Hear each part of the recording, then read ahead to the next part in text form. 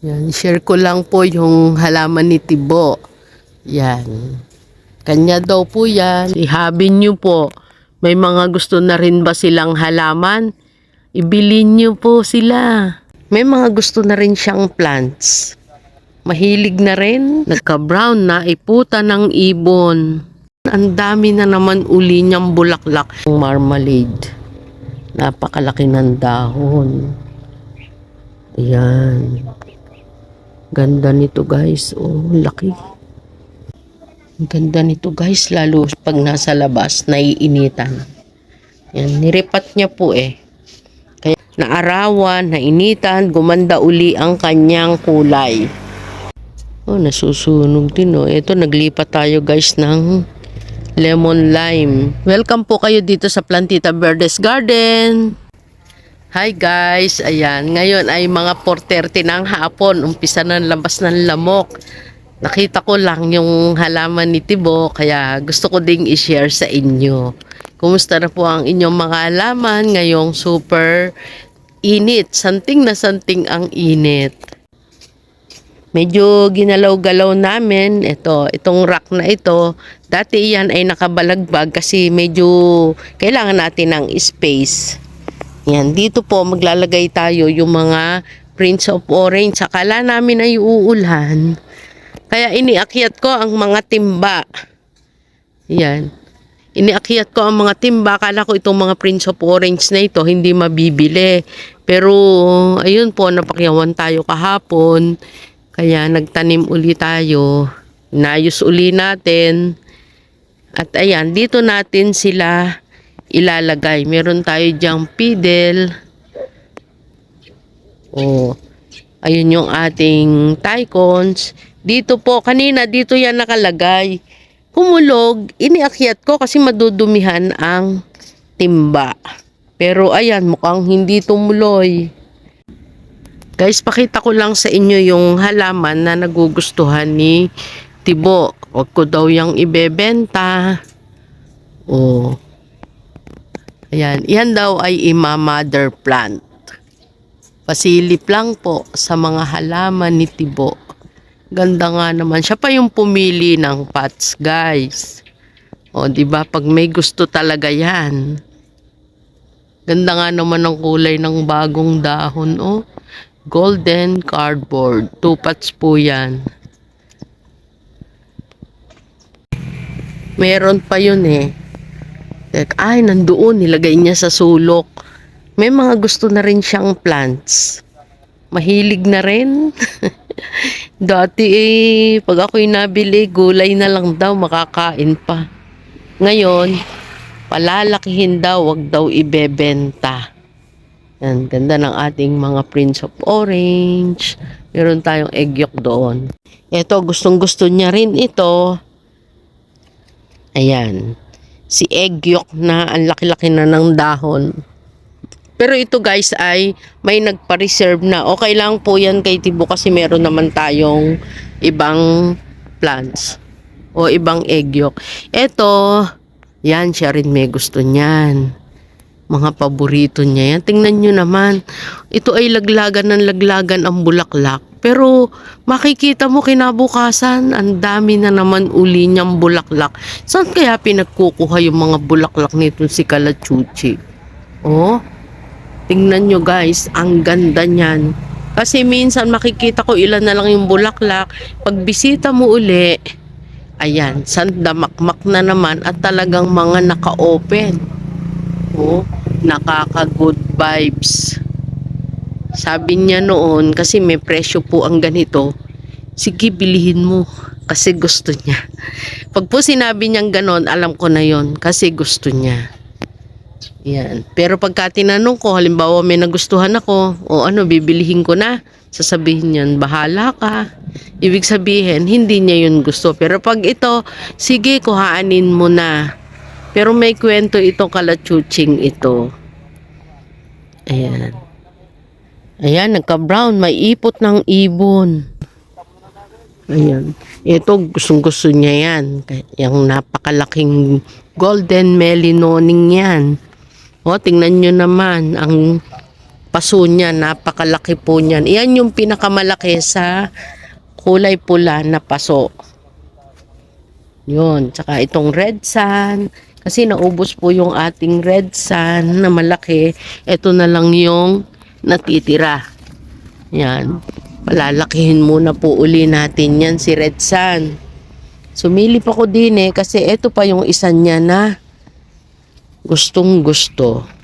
Ayan. Sa sobrang init, yung bagong open na dahon ni Marmalade. Ayan, ito ay super giant. Naku, naubos na ang dahon ni... Ayan, sino ba yan? Yung aking photos. Si Manjula, sa sobrang init yan. Dapat pala maililipat si Manjula. Tamo, hindi niya yan pansin kasi hindi yan ang gusto niya. Ang gusto niya ay si Marble Queen. Aba, at di ni pala inilipat. Oh, hinahanap ko ito. Di ni pala. Teka, mali ang pwesto. Hindi kasi kanya ito. Oh, tingnan nyo ba guys, di ba? Meron talaga siyang gusto na halaman. Pag gusto niya, ipupwesto niya. Guys, tingnan nyo tong kanyang marmalade. Napakalaki ng dahon. Ayan. Ganda nito guys. Oh, laki. Pinabayaan niya na yung aking Manjula doon. Kaya pala hinahanap ko, nandun pala sa sulok. Aalisin natin yun doon. Ito. Meron pa siyang isang gusto guys. Pero ayan, pakita ko sa inyo yung dadaanan natin. May mga broms dyan. Punta tayo doon sa isa niyang favorite. Pero ito yung mga anak. Ayan, may mga anak na yan. For sale na po yan. Pero magpalaki daw kami ng isa. Kasi itong mother plant. Yan, mas gumanda siya dito nung mailipat ko. Kasi nung nandun siya sa dating pwesto, yan, nagkaka-green. Hindi po siya masyadong dilaw na dilaw. Pero nung ilipat ko siya dito, ayan, naarawan, nainitan, gumanda uli ang kanyang kulay. Ito po ay variety ng pandan. Kaya lang ito po ay dilaw. Dilaw yung kanyang kulay. Doon niya yan nilalagay sa tago. Pero sabi ko nga kasi nawawala na yung kulay, kailangan ilipat niya sa mas magandang lokasyon na tama para sa halaman. 'Di ba guys? Ayan, kasama ng ating mga broms, ang ganda naman tingnan. Yan, ito po ay not for sale din dahil yan ay favorite ni Tibo. Pag wala siyang go signal na ibenta ko, hindi po natin ibebenta. Ayan. Ganda. Ganda di po ba? Kahit saan tingnan. Nakakatuwa lang sa may garden ang ganito. Sarap silipin. Minsan umagang-umaga nandito talaga. Minsan gabi nagpa-flashlight pa siya.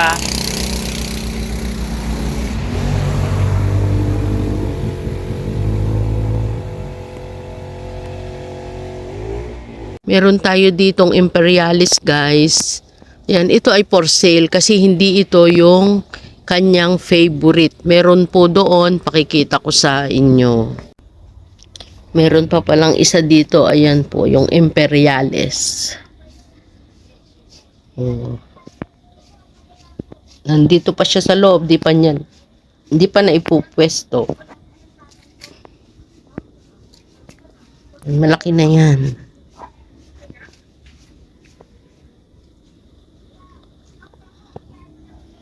Ang ganda nito guys, lalo pag nasa labas, naiinitan. Yan, niripat niya po Kaya nandito pa. Akala kanina uulan, ilalabas nga sana, kaso nawala po yung ulan. Naiba na yung ginagawa niya. Ito, gandang-ganda din siya dito. Ayan yung bagong dahon. Mukhang walang variegation yung kanyang bagong dahon. Yan, maganda po kasi yung tindig nitong si egg yolk. Oh.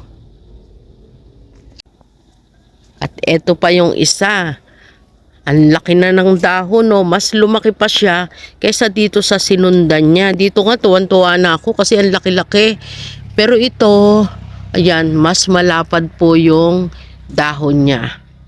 Ayan yung kulay niya, pero sa bandang huli, pag may bago na siyang dahon uli, mag-iiba na yung kanyang kulay. Ito na yung kanyang kulay. Unti-unti na yan na magkakaroon ng pink. At sa bandang huli, ito yung isa pa naman sinundan, ganyan na yung kulay niyan. Yan. Pero dati, ito lang yung kulay niya. Maliit lang din yung dahon. Yan. Nilagyan po natin ito ng coco cubes. Ito yung pinong-pino na cut. Yan. Kaya ganda-ganda niya talaga. Oh. Ito, dito ko muna to nilagay. Yan, si Golden Imperial. Sinama ko dito kay Orange Pink Prince kay Prince of Orange. Aba, mukhang gumanda rin eh. Ayan. Oh, nahagip ng camera kanina. Abay, ayan nga. O, sige nga. Isama nga natin. Hindi sana to kasama sa vlog eh. Nahagip. Ayan, pakita na natin. Hindi nakitang-kita yung hindi ko pa nga naharangan. Sabi ko lalagyan ko ng fireball sa baba. O ito na lang muna kasi akala ko nga uulan para maulanan sila dito. Hindi naman tumuloy pero mukhang okay sila dyan. Dyan na lang sila muna. Sa ibaba is Indiana Queen. Ganda rin nito eh. Ang kulay niya. Oh, di ba guys? Ganda. Prince of Orange.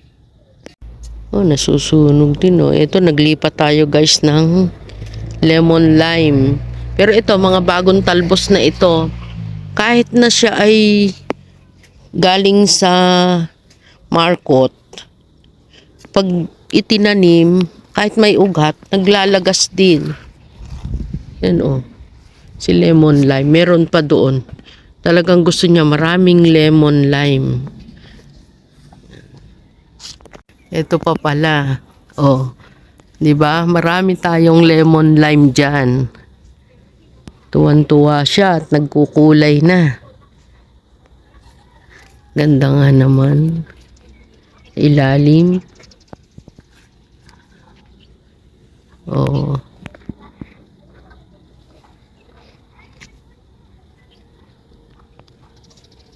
Ito pa, meron tayong variegated na yucca. Kaiba po yung kulay nito kaysa dito sa isa. Yan, yan ay silver. Ayan guys. Pero ito po ay not for sale. Oh, kaya nandito pa siya. Yan, wag daw muna ibebenta. Pagbibigyan ko po kasi pag naman pwede na, okay na sa kanya, pwede na yan i-out. Nahayaan ko muna siya kapag gusto niya. Ito, may mga bottle brush tayo. Yan. Ito po naman ay, ito gustong-gusto din niya dahil sa kulay, hindi dahil sa insect repellent o mosquito repellent. Ito ay gustong-gusto niya kasi maganda raw yung kulay. Kaya, for sale po yung ganito, 250 lang. Ayan, oh. Makapal na po iyan. Hindi katulad nung 90 na ibinenta natin. Yung po ay sold na, wala na. Ito na lang, mas maganda pa.